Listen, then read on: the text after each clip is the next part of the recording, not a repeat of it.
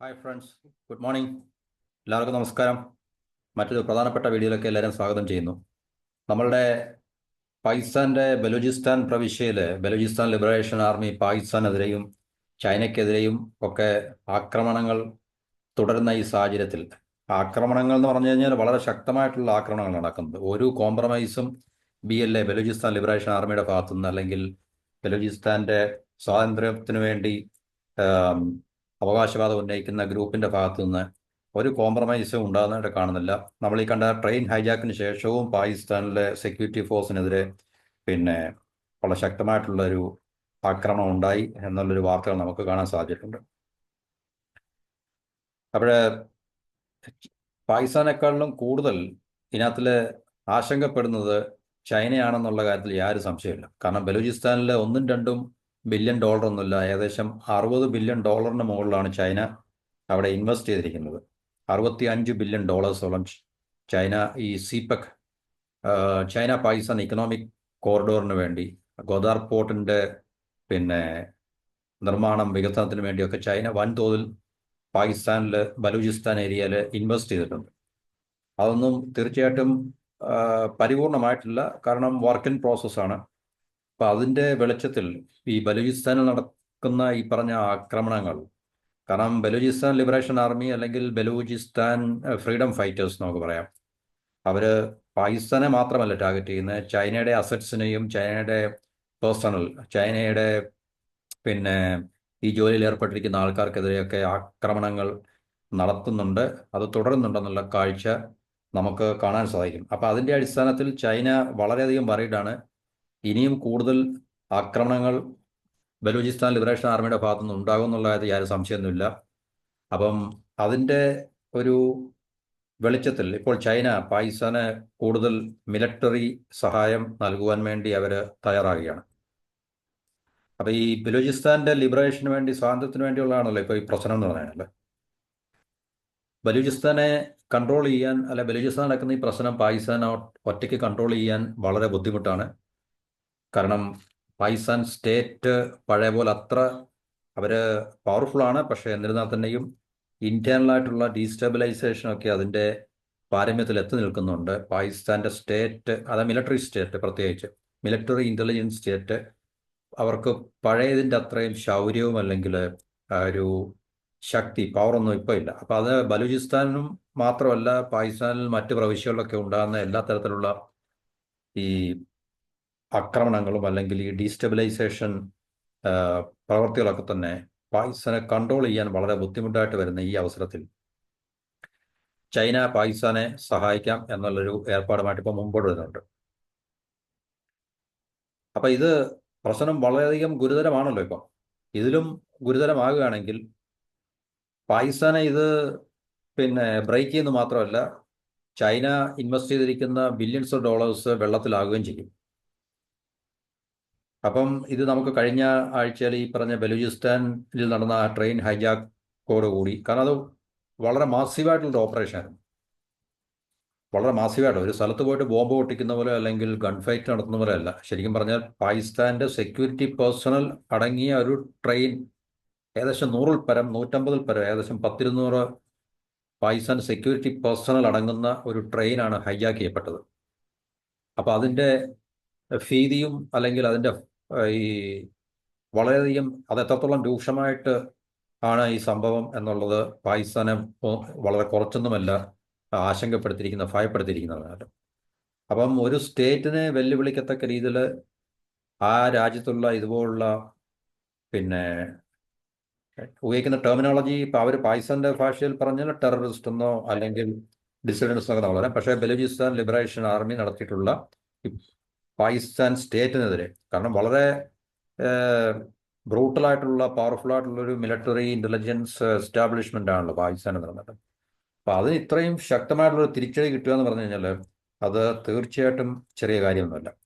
അപ്പം ഇത് പാകിസ്ഥാന് മാത്രമല്ല, ചൈനയ്ക്കും വളരെ ശക്തമായിട്ടുള്ള തിരിച്ചടിയാണ്. അപ്പം ഇതിനുശേഷം പാകിസ്ഥാന്റെ പട്ടാളക്കാരടങ്ങുന്ന ഒരു ബസ് BLA ബോംബിട്ട് കത്തി നശിപ്പിച്ച് അതിനകത്തിൽ 90 സോൾജിയേഴ്സോളം നഷ്ടപ്പെട്ടു അല്ലെങ്കിൽ മരണപ്പെട്ടു എന്നുള്ള വാർത്തയാണ് നമുക്ക് കേൾക്കാൻ സാധിക്കുന്നത് ഈ ട്രെയിൻ ഹൈജാക്കിന് ശേഷം. അപ്പോൾ ഇതിൻ്റെ അർത്ഥം എന്ന് പറഞ്ഞു കഴിഞ്ഞാൽ ബലൂചിസ്ഥാൻ അവരുടെ അറ്റാക്ക് വളരെയധികം ശക്തിപ്പെടുത്തി ഇൻറ്റൻസിഫൈ ചെയ്തു. അപ്പം അവരുടെ ഇൻഡിപെൻഡൻസ് മാത്രമാണ് അവരുടെ മുമ്പിലുള്ള ഒരു വഴി. അതിനപ്പുറത്ത് വേറെ ഒന്നിനും അവർ കോംപ്രമൈസിന് തയ്യാറല്ല. അപ്പം അതുകൊണ്ട് അത് ചൈനയെ പാകിസ്ഥാന് കൂടുതൽ മിലിറ്ററി അസിസ്റ്റൻസ് കൊടുക്കാൻ വേണ്ടി, ഈ കൗണ്ടർ ടെററിസത്തിന് വേണ്ടി അല്ലെങ്കിൽ കൗണ്ടർ ഇൻസർജൻസിക്ക് വേണ്ടി കൂടുതൽ മിലിറ്ററി അസിസ്റ്റൻസ് കൊടുക്കാൻ വേണ്ടി ഇപ്പോൾ തയ്യാറായി മുമ്പോട്ട് വന്നിട്ടുണ്ട്. കാരണം ചൈനയുടെ പ്രോജക്റ്റിനെ പ്രൊട്ടക്ട് ചെയ്യുക എന്നുള്ളത് ചൈനയുടെ ഉത്തരവാദിത്തമാണ്. കാരണം $65 ബില്യൺ പ്രോജക്റ്റാണ് സീപെക് എന്ന് പറഞ്ഞു കഴിഞ്ഞത്. അതുള്ള ബെൽറ്റ് ആൻഡ് റോഡ് ഇനിഷ്യേറ്റീവിൻ്റെ ഭാഗമാണ്. ബെൽറ്റ് ആൻഡ് റോഡ് ഇനിഷ്യേറ്റീവിൻ്റെ ഏറ്റവും ഒരു കോറായിട്ടുള്ള ഭാഗമാണ് സീപെക് എന്ന് പറഞ്ഞു കഴിഞ്ഞത്. അപ്പോൾ ഇതിനെ പ്രൊട്ടക്ട് ചെയ്യുക എന്നുള്ളത് ചൈനയുടെ ഏറ്റവും സുപ്രീമായിട്ടുള്ള ഒരു ഇൻട്രസ്റ്റാണ്. അപ്പം അത് ചൈനയ്ക്ക് അറ്റ് എനി കോസ്റ്റ്. പക്ഷേ ചൈന മിലിറ്ററിലി അതിനകത്ത് ഇൻവോൾവ് ആയി കഴിഞ്ഞാൽ നമുക്കറിയാം ചൈന ഇനിയും പണി എന്താണെന്നുള്ള കാര്യം അറിയാൻ പോകുന്നതേ ഉള്ളൂ. കാരണം ചൈനയ്ക്ക് ഇക്കാര്യത്തിലൊന്നും വലിയ ലോകപരിചയമൊന്നുമില്ല. ഈ പറഞ്ഞ ഇതുപോലുള്ള ജിയോ പൊളിറ്റിക്കൽ കോൺഫ്ലിക്റ്റിലൊന്നും വലിയ ലോകപരിചയമൊന്നുമില്ല. അവരുടെ ആർമിയൊന്നും ശരിക്കും പറഞ്ഞാൽ വാർ ഫൈറ്റ് ചെയ്തോ അല്ലെങ്കിൽ അങ്ങനെയുള്ള ഒരു അവസ്ഥകൾ ഇതുവരെ കണ്ടിട്ടുള്ളതായിട്ടോ അല്ലെങ്കിൽ അനുഭവിച്ചിട്ടുള്ളതായിട്ടുള്ള ഒരു ഫോഴ്സ് ഒന്നുമില്ല. അപ്പോൾ തീർച്ചയായിട്ടും അതായത് ഇന്ത്യൻ മിലിറ്ററിയുടെ കൂട്ടോ പാകിസ്ഥാൻ മിലിറ്ററിയുടെ കൂട്ടോ ഈവൻ അല്ലെങ്കിൽ അതുപോലുള്ള രാജ്യങ്ങളിലെയൊക്കെ മിലിറ്ററി എടുത്ത് നോക്കുകയാണെങ്കിൽ അവർ ശരിക്കും പറഞ്ഞു കഴിഞ്ഞാൽ ഇക്കാര്യത്തിലൊക്കെ സീസൺഡാണ്. പക്ഷേ ചൈനീസ് ആർമി അല്ലെങ്കിൽ ചൈനീസ് ഡിഫൻസ് എന്ന് പറഞ്ഞു കഴിഞ്ഞാൽ അവർ ഇത്ര നാളെ യാതൊരു പ്രശ്നത്തിലും ഏർപ്പെട്ടിട്ടില്ല. അതുകൊണ്ട് തന്നെ അവർക്ക് ഇതുപോലുള്ള കാര്യങ്ങൾ എത്രത്തോളം വിദഗ്ധമായിട്ട് ഹാൻഡിൽ ചെയ്യാൻ പറ്റുമെന്നുള്ള കാര്യത്തിൽ നമുക്ക് സംശയമുണ്ട്. അപ്പം ചൈനീസ് ആർമി പാകിസ്ഥാനിൽ ഡിപ്ലോയ് ചെയ്യപ്പെടുകയാണെങ്കിൽ തീർച്ചയായിട്ടും ചൈന ശരിക്കും പറഞ്ഞു കഴിഞ്ഞാൽ ഇതിൻ്റെ രൂക്ഷഫലം അറിയാൻ പോകുന്നതേ ഉള്ളൂ. ചൈന ശരിക്കും ബ്ലീഡ് ചെയ്യും എന്നുള്ള കാര്യം യാതൊരു സംശയമില്ല. അപ്പോൾ ചൈനയുടെ ഫോറിൻ മിനിസ്റ്ററാണ് പറഞ്ഞത്, കാരണം ഈ പറഞ്ഞ സഹായം നൽകാം, ചൈനയും പാകിസ്ഥാനും ഒത്തൊരുമിച്ചുകൊണ്ട് ഈ പറഞ്ഞ തീവ്രവാദി ആക്രമണങ്ങൾ ഒരുമിച്ച് നേരിടാം. കാരണം പാകിസ്ഥാനെ കൊണ്ട് മാത്രം ഇപ്പോൾ അത് ഇത്രയും നാളുമൊക്കെ പറ്റിയിരുന്നെങ്കിൽ തന്നെ, പക്ഷേ ഇപ്പോൾ പാകിസ്ഥാൻ്റെ കയ്യിലൊതുങ്ങുന്നൊരു സംഭവമല്ല, അത് ബ്ലോൺ ഔട്ട് എന്നൊക്കെ ഉള്ളൊരവസ്ഥയാണ് ഇപ്പോൾ കാണുന്നത്. അപ്പോൾ അത് പാകിസ്ഥാനെ പോലെ തന്നെ ചൈനയ്ക്കും സീപെക് കയ്യിൽ നിന്ന് നഷ്ടമാകുക എന്നുള്ള വലിയൊരു ആശങ്കയുണ്ട്. അപ്പോൾ അതിൻ്റെ അടിസ്ഥാനത്തിലാണ് ഇപ്പോഴത്തെ പാകിസ്ഥാൻ ചൈന ചർച്ചകളൊക്കെ നടക്കുന്നത്. അപ്പോൾ $65 ബില്യൺ ഇൻവെസ്റ്റ് ചെയ്തിട്ടുണ്ട് വേരിയസ് പ്രോജക്ട്സിൽ. 3000 കിലോമീറ്ററുള്ള സീപെക്കാണത്. അപ്പോൾ അത് ചൈനയ്ക്ക് വളരെ ചീപ്പായിട്ടും ഫാസ്റ്റായിട്ടുള്ള മിഡിൽ ഈസ്റ്റ് മാർക്കറ്റിലും അതുപോലെ തന്നെ സൗത്ത് ഏഷ്യയിലും ഒക്കെ കൂടുതൽ സ്വാധീനം ലഭിക്കത്തക്ക രീതിയിലുള്ള ഒരു വൻ പ്രോജക്റ്റാണിത്. അപ്പോൾ അത് ഇത് ഫലവത്തായി കഴിഞ്ഞു കഴിഞ്ഞാൽ, ഇത് കംപ്ലീറ്റ് ആയി കഴിഞ്ഞു കഴിഞ്ഞാൽ അത് ഇന്ത്യ പോലുള്ള രാജ്യത്തിനും വളരെയധികം ഭീഷണി ഉളവാക്കുന്നൊരു മഹാസംഭവമായിരിക്കും. അപ്പോൾ തീർച്ചയായിട്ടും ഇത് കംപ്ലീറ്റ് ചെയ്യരുത്, അല്ലെങ്കിൽ ചൈനയ്ക്കും പാകിസ്ഥാനും ഇതിൽ യാതൊരു ഡോമിനൻസും ഇതുവഴി കിട്ടരുത് എന്നുള്ളത് ഇന്ത്യയുടെ ഏറ്റവും വലിയൊരു ഇൻട്രസ്റ്റിൻ്റെ കൂടെ ഭാഗമാണ്. അപ്പോൾ തീർച്ചയായിട്ടും നമുക്കറിയാം ഇന്ത്യയുടെ സ്റ്റേറ്റിൻ്റെ ഭാഗത്തുനിന്ന് ഫോർമലായിട്ടുള്ള യാതൊരു തരത്തിലുള്ള ഡിക്ലറേഷൻസ് ഒരു രീതിയിൽ ഉണ്ടാകത്തില്ല. കാരണം നമ്മൾ നേരത്തെയുള്ള വീഡിയോയിൽ പറഞ്ഞല്ലോ, ഞങ്ങൾ ബലൂചിസ്ഥാനെ സപ്പോർട്ട് ചെയ്യുന്നുണ്ട്, അവരുടെ ഫ്രീഡത്തിനെ അല്ലെങ്കിൽ ഇൻഡിപെൻഡൻസിനെ സപ്പോർട്ട് ചെയ്യുന്നുണ്ട്, ഞങ്ങളാണ് ബലൂചിസ്ഥാൻ ലിബറേഷൻ ആർമിയെ ഫണ്ട് ചെയ്യുന്നത്, ആം ചെയ്യുന്നത്, അവർക്ക് വേണ്ട ഇൻ്റലിജൻസ് ഞങ്ങളാണ് കൊടുക്കുന്നതെന്ന് ഒരിക്കലും ഇന്ത്യൻ സ്റ്റേറ്റ് അവകാശപ്പെടത്തില്ല. അത് ഒരു സ്റ്റേറ്റും അവകാശപ്പെടത്തില്ല. ഇനി അതിനകത്ത് സത്യം ഉണ്ടെങ്കിൽ തന്നെ അതെപ്പോഴും നമ്മൾ സ്റ്റേറ്റ് ഭരണ സംവിധാനങ്ങൾ ഡിനേ ചെയ്യത്ത് മാത്രമേ ഉള്ളൂ. തീർച്ചയായിട്ടും അതിൽ എപ്പോഴും നമ്മൾ പറയാം അവരുടെ ഇന്റേണൽ മാറ്ററാണ്, ഡൊമസ്റ്റിക് അഫെയറാണ്, അതിൽ ഞങ്ങൾക്ക് യാതൊരു റോളുമില്ല എന്ന് പറഞ്ഞ് നമ്മൾ എപ്പോഴും പരസ്പരം അങ്ങോട്ടും ഇങ്ങോട്ടും കൈ കഴുകാറേ ഉള്ളൂ. പാകിസ്ഥാനാലും ശരി, നമ്മുടെ രാജ്യത്ത് നടന്നിട്ടുള്ള തീവ്രവാദ ആക്രമണങ്ങളെല്ലാം പാകിസ്ഥാനാണെങ്കിൽ തന്നെയും പാകിസ്ഥാൻ ഇത്ര നാളും പറഞ്ഞിട്ടുള്ളത് ഞങ്ങൾക്കതിനകത്ത് യാതൊരു പങ്കുമില്ല, അത് കാശ്മീരിലെ ആൾക്കാർ അവരുടെ സ്വാതന്ത്ര്യത്തിന് വേണ്ടി അവർ പോരാടുന്നു എന്ന് മാത്രമേ പാകിസ്ഥാൻ പറഞ്ഞിട്ടുള്ളൂ. അപ്പോൾ തീർച്ചയായിട്ടും അതേ നാണയത്തിൽ തന്നെ നമ്മളും അത് തന്നെയാണ് ചെയ്യുന്നത്. പക്ഷേ സംഭവങ്ങളുടെ സത്യവും യാഥാർത്ഥ്യവും നമുക്ക് കൃത്യമായിട്ട് അറിയത്തില്ല. ബലൂചിസ്ഥാൻ ലിബറേഷൻ ആർമി ആരാണ് സപ്പോർട്ട് ചെയ്യുന്നത്, ഫണ്ട് ചെയ്യുന്നത്, അവർക്കുള്ള ആയുധങ്ങൾ ആരാണ് കൊടുക്കുന്നത്, ഇൻ്റലിജൻസ് ആരാണ് കൊടുക്കുന്നത്, അവരെ ട്രെയിൻ ചെയ്യുന്നത് ആരാണെന്ന് നമുക്കറിയത്തില്ല. പക്ഷേ നമുക്കറിയാം അമേരിക്കയ്ക്കും ഇന്ത്യക്കും ഒക്കെ ഇത് ഒരുപോലെ തലവേദന ഉണ്ടാക്കുന്ന ഒരു കാര്യമാണ് ചൈനയും പാകിസ്ഥാനും തമ്മിലുള്ള ഈ പറഞ്ഞ സീപെക് എന്ന് പറഞ്ഞു കഴിഞ്ഞാൽ.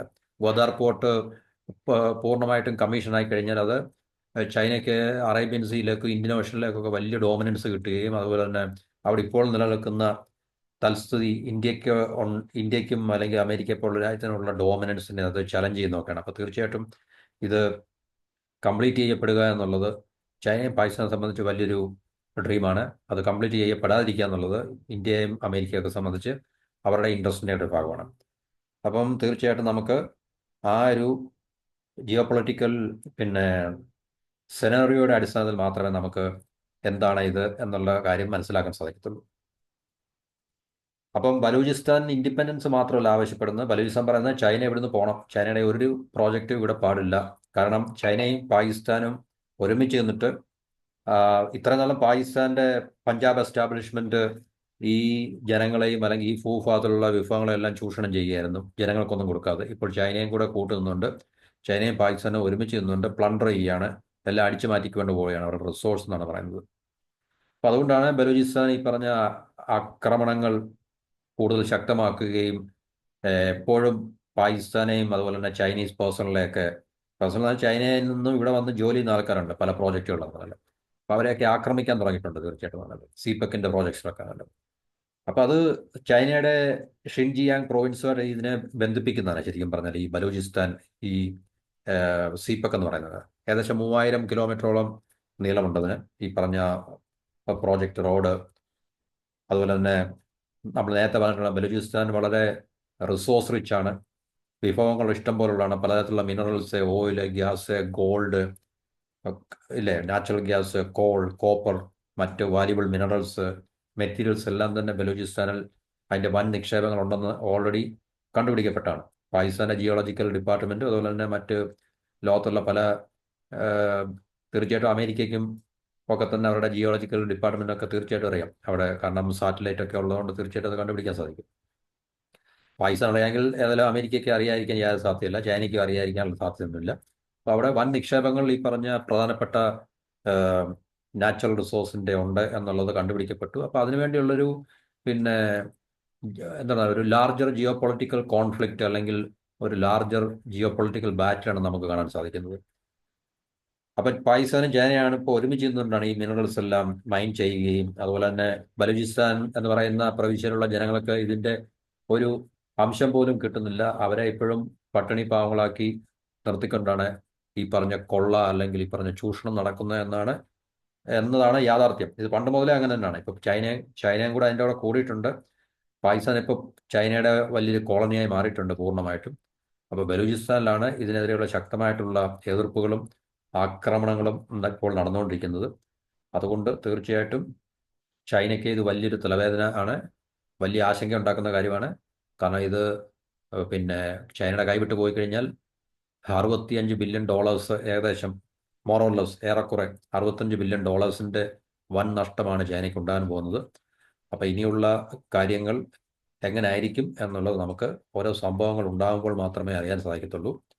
പക്ഷേ തീർച്ചയായിട്ടും ഈ ബലൂചിസ്ഥാൻ്റെ ഭാഗത്തു നിന്നുണ്ടാകുന്ന ആക്രമണങ്ങളും എതിർപ്പുകളും ഇപ്പോഴെങ്കിലും നിൽക്കാനുള്ള യാതൊരു സാധ്യതയുമില്ല. അത് കൂടുതൽ ഫ്യൂവൽ ചെയ്യാൻ പുറത്തുള്ള ശക്തികൾ തീർച്ചയായിട്ടും എപ്പോഴും മുൻപന്തിയിലുണ്ടാകും.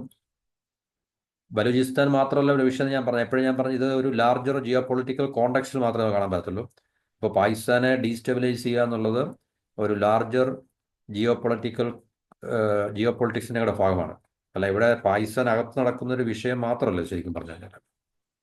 നമ്മൾ കാശ്മീർ മുതൽ അങ്ങോട്ട് എടുത്ത് നോക്കി, മിഡിൽ ഈസ്റ്റ് വരെ നമ്മൾ എടുത്ത് നോക്കി, ഇപ്പോൾ റഷ്യ യുക്രൈൻ വാർ വരെ നമ്മൾ എടുത്ത് നോക്കി കഴിഞ്ഞാൽ ഇതെല്ലാം ഇന്റർലിങ്ക്ഡ് ആണ്, കണക്റ്റഡ് ആണ്. ഒരേ ജിയോ പൊളിറ്റിക്സിൻ്റെ തന്നെ പിന്നെ വ്യത്യസ്തമായിട്ടുള്ള വാർ തിയേറ്റേഴ്സ് അല്ലെങ്കിൽ ടർഫാണെന്ന് നമുക്ക് മനസ്സിലാക്കാൻ പറ്റും. ഇതൊന്നും ഐസൊലേറ്റഡ് ആയിട്ടുള്ള ഈവൻസ് അല്ല. അപ്പോൾ അത് നമുക്ക് മറ്റൊരു വീഡിയോയിൽ എന്താണ് അത് നമ്മൾ ഗ്രേറ്റർ ഇസ്രായേൽ പ്രോജക്റ്റ് എന്നൊക്കെ പറഞ്ഞ വലിയൊരു പിന്നെ സംഭവമായിട്ടൊക്കെ കണക്ട് ചെയ്താണ്. അപ്പം അതിൻ്റെ ഫലമായിട്ട് ഈ പല മുസ്ലിം ഡോമിനേറ്റഡ് രാജ്യങ്ങളെയും ഡീസ്റ്റെബിലൈസ് ചെയ്യുക എന്നുള്ളൊരു വൻ പ്രോജക്റ്റ് വർഷങ്ങളായിട്ട് നിലനിൽക്കുന്നുണ്ട്. മിഡിൽ ഈസ്റ്റിലെ ഉൾപ്പെടെയുള്ള അഫ്ഗാനിസ്ഥാൻ, പാകിസ്ഥാൻ, പിന്നെ ഇന്ത്യയൊക്കെ അതിനകത്ത് തീർച്ചയായിട്ടും വരുന്നതാണ് ഈ പറഞ്ഞൊരു പ്രോജക്റ്റിൻ്റെ ഭാഗമായിട്ട്. അതുകൊണ്ടാണ് ഇന്ത്യയിൽ ശരിക്കും പറഞ്ഞാൽ കാശ്മീരിൻ്റെ വിഷയം ശരിക്കും പറഞ്ഞാൽ ഇന്ത്യ പാകിസ്ഥാൻ വിഷയമല്ല, പാകിസ്ഥാനെ പ്രോക്സി ആക്കിക്കൊണ്ട് കാശ്മീരിൽ വിഷയങ്ങൾ ഉണ്ടാക്കി എന്ന് മാത്രമേ ഉള്ളൂ. അത് ഇന്ത്യ പാകിസ്ഥാൻ ബൈലാറ്ററൽ ഉഭയകക്ഷി പ്രശ്നമല്ല ശരിക്കും പറഞ്ഞു കഴിഞ്ഞാൽ, അത് ജിയോ പൊളിറ്റിക്കൽ ഇഷ്യൂ ആണ് ശരിക്കും പറഞ്ഞു കഴിഞ്ഞാൽ. പാകിസ്ഥാൻ ആരുടെ പ്രോക്സി ആയിരുന്നു എന്നുള്ള കാര്യം നമുക്ക് നല്ല കൃത്യമായിട്ട് അറിയാം. ഇപ്പോഴും പാകിസ്ഥാൻ വെസ്റ്റിൻ്റെ ഒരു പ്രോക്സി തന്നെയാണ്, സംശയങ്ങളൊന്നുമില്ല അതിൽ.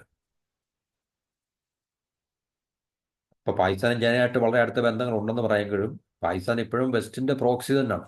അതുകൊണ്ടാണല്ലോ അമേരിക്ക പല രീതിയിലുള്ള സഹായങ്ങളും IMF-ൽ നിന്നൊക്കെയുള്ള സഹായങ്ങളും ഒക്കെ തന്നെ ഇപ്പോഴും കൊടുത്തുകൊണ്ടിരിക്കുന്നത്. അല്ലെങ്കിൽ അവർക്ക് കൊടുക്കേണ്ട ആവശ്യമില്ല പാകിസ്ഥാനി സഹായങ്ങളൊന്നും. അപ്പോൾ പാകിസ്ഥാൻ ഇപ്പോഴും വെസ്റ്റിൻ്റെ ഒരു പ്രോക്സി തന്നെയാണ്. അപ്പം ഈ പാകിസ്ഥാനിലെ ഈ ബലൂചിസ്ഥാൻ ഇഷ്യൂ, അല്ലെങ്കിൽ പാകിസ്ഥാനിനകത്ത് നടക്കുന്ന ഈ ഡീസ്റ്റെബിലൈസേഷൻ, പാകിസ്ഥാനെ അസ്ഥിരപ്പെടുത്തുന്ന രീതിയിലുള്ള ഈ പ്രശ്നങ്ങൾ എന്നൊക്കെ പറഞ്ഞു കഴിഞ്ഞാൽ അത് നമുക്ക് മറ്റ് തിയേറ്റർ ഓഫ് വാറുമായിട്ട് ബന്ധപ്പെടുത്തി മാത്രം ഒരു ലാർജർ ജിയോ പൊളിറ്റിക്കൽ കോണ്ടെക്സ്റ്റിൻ്റെ മാത്രം ഒരു ചെറിയൊരു ഭാഗം മാത്രമാണ് നമുക്ക് കാണാൻ പറ്റും. അതിനകത്തിൽ ബലൂചിസ്ഥാൻ ഒരു വിഷയമാണ്. പാകിസ്ഥാനെ എന്ന് പറഞ്ഞ രാജ്യത്തെ ഡീസ്റ്റെബിലൈസ് ചെയ്യുക എന്നുള്ള ടോട്ടൽ പ്രോജക്റ്റിൻ്റെ അതിനകത്തിൽ ഏറ്റവും ശക്തമായിട്ടുള്ള ഇപ്പം നിലനിൽക്കുന്ന ഒരു വിഷയമാണ് ബലൂചിസ്ഥാൻ എന്ന് മാത്രം. അപ്പോൾ ഒരു സംഭവം ഉണ്ടാകുമ്പോൾ അതിന് പല ഡയമെൻഷൻസ് വേണം നമ്മളെപ്പോഴും ലോകത്ത്.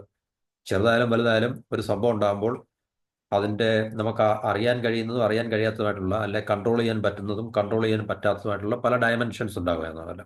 കാരണം ഒരു സംഭവം ഉണ്ടായിക്കഴിഞ്ഞാൽ ഒരേ ദിശയിലേക്ക് മാത്രമായിരിക്കത്തില്ല, അല്ലെങ്കിൽ അതിൻ്റെ കോൺസിക്വൻസ് ഒരേ ദിശയിലേക്ക് മാത്രമായിരിക്കത്തില്ല, പല ദിശയിലേക്കായിരിക്കും അതിൻ്റെ കോൺസിക്വൻസ് എന്ന് പറഞ്ഞാൽ. അപ്പോൾ നമ്മളൊരു വ്യക്തിയുടെ വിഷയത്തിലായാലും ശരി, അല്ലെങ്കിൽ ഒരു സമൂഹത്തിൻ്റെ രാജ്യത്തിൻ്റെ വിഷയമായാലും ശരി, അല്ലെങ്കിൽ ഗ്ലോബലി ഒരു വിഷയം ഉണ്ടായാൽ തന്നെ, ഏത് വിഷയം ഉണ്ടായാൽ തന്നെ അതിൻ്റെ ഡയമെൻഷൻസ് പലതായിരിക്കും. അപ്പം ഈ ലാർജർ ജിയോ പൊളിറ്റിക്സിൻ്റെ കോണ്ടക്സ്റ്റ് നമ്മൾ നോക്കുമ്പം അതിൻ്റെ റീജിയണലായിട്ടുള്ളൊരു വിഷയമാണ് ബലൂചിസ്ഥാന്. അപ്പം മറ്റ് സിറിയയിലുണ്ടാകുന്ന വിഷയങ്ങൾ, അല്ലെങ്കിൽ മിഡിൽ ഈസ്റ്റിലുണ്ടാകുന്ന മറ്റ് വിഷയങ്ങൾ, റഷ്യ യുക്രൈൻ വാർ, ഇതെല്ലാം ഒറ്റ ജിയോ പൊളിറ്റിക്സിൻ്റെ തന്നെ പിന്നെ പല കോൺഫ്ലിക്റ്റ് തിയേറ്റേഴ്സാണ് എന്ന് മാത്രമേ നമുക്ക് ഇതിനകത്തിൽ നിന്ന് പഠിച്ചറിയുന്നവർക്ക് മനസ്സിലാക്കാൻ സാധിക്കത്തുള്ളൂ. അല്ല ഐസൊലേറ്റഡ് ആയിട്ടുള്ള ഈവൻസ് അല്ല ശരിക്കും പറഞ്ഞു കഴിഞ്ഞാൽ. അപ്പോൾ തീർച്ചയായിട്ടും ഇനിയും വരും ദിവസങ്ങളിലും അല്ലെങ്കിൽ വരും കാലങ്ങളിലും ബലൂചിസ്ഥാൻ ഈ പറഞ്ഞ പാകിസ്ഥാൻ സെക്യൂരിറ്റി മിലിറ്ററി എസ്റ്റാബ്ലിഷ്മെൻറ്റിനെതിരെ, ചൈനയ്ക്കെതിരെ ശക്തമായിട്ടുള്ള നിലപാടുകൾ, അക്രമങ്ങൾ അഴിച്ചുവിടുന്നുള്ള യാതൊരു സംശയമൊന്നുമില്ല. ചൈന ഏറ്റവും കൂടുതൽ എന്താണ് പറയുന്നത്, ആശങ്കപ്പെടുത്തുന്നത് ഇത് തന്നെയാണ്. അപ്പം ചൈന എന്തായാലും പാകിസ്ഥാനിലൊരു മിലിറ്ററി ഡിപ്ലോയ്മെൻറ്റ് നടത്തുമോ എന്നുള്ള കാര്യത്തിൽ നമുക്ക് സംശയമുണ്ട്. കാരണം ചൈനയ്ക്ക് അതിനുള്ള ധൈര്യം ഉണ്ടോ എന്ന് ചോദിച്ചു കഴിഞ്ഞാൽ ചൈന അങ്ങനെ ഒരു ഏർപ്പാട് നടത്താൻ വേണ്ടി ട്രെയിൻഡ് അല്ലാത്ത ഒരു ഫോഴ്സാണ് അവരെന്നുള്ള കാര്യം നമുക്ക് മനസ്സിലാക്കാൻ കഴിയണം നമ്മൾ. അപ്പം അതുകൊണ്ടാണല്ലോ അഫ്ഗാനിസ്ഥാനൊന്നും അവർ കാര്യമായിട്ടുള്ള ഒരു ചുവടുവെപ്പ് വയ്ക്കാത്തത്. അല്ലെങ്കിൽ എന്നേ അവർ തീർച്ചയായിട്ടും അവരുടെ മിലിറ്ററി അല്ലെങ്കിൽ സെക്യൂരിറ്റി ഡിപ്ലോയ്മെൻ്റ് ഒക്കെ നടത്തി അവരെ വലിയ രീതിയിലുള്ള മാനിപ്പുലേഷൻ, ഇപ്പോൾ അമേരിക്ക അല്ല ബ്രിട്ടൻ ഫ്രാൻസ് ഒക്കെ നടത്തുന്ന പോലെ തന്നെ, റഷ്യ ഒക്കെ നടത്തുന്ന പോലെ തന്നെ തീർച്ചയായിട്ടും നടത്തിയേനെ. പക്ഷേ അത് നടത്താത്തതിന് കാരണം എന്ന് പറഞ്ഞാൽ ചൈനയ്ക്കറിയാം ചൈനയെ കൊണ്ട് അത് താങ്ങാൻ പറ്റത്തില്ല എന്നുള്ളത് വ്യക്തമായിട്ടുള്ളൊരു ധാരണ ചൈനയ്ക്കുണ്ട്. അപ്പം അതുകൊണ്ട് തീർച്ചയായിട്ടും ഇനി വരും കാലങ്ങളിൽ ചൈനയും പാകിസ്ഥാനും ഒരുമിച്ച് ഈ ബലൂചിസ്ഥാൻ പ്രശ്നം നേരിടുക എന്നുള്ളതാണ് നമുക്ക് കാണാൻ സാധിക്കുന്നൊരു കാഴ്ച എന്ന് പറഞ്ഞിട്ടുണ്ട്. അപ്പോൾ ഈ ടോപ്പിക്ക് ഇവിടെ സ്റ്റോപ്പ് ചെയ്യുന്നു. മറ്റൊരു ടോപ്പിക്കുമായിട്ട് നമുക്ക് വീണ്ടും കാണാം. എല്ലാവർക്കും ഒരിക്കൽ കൂടി നന്ദി, നമസ്കാരം. Have A wonderful day.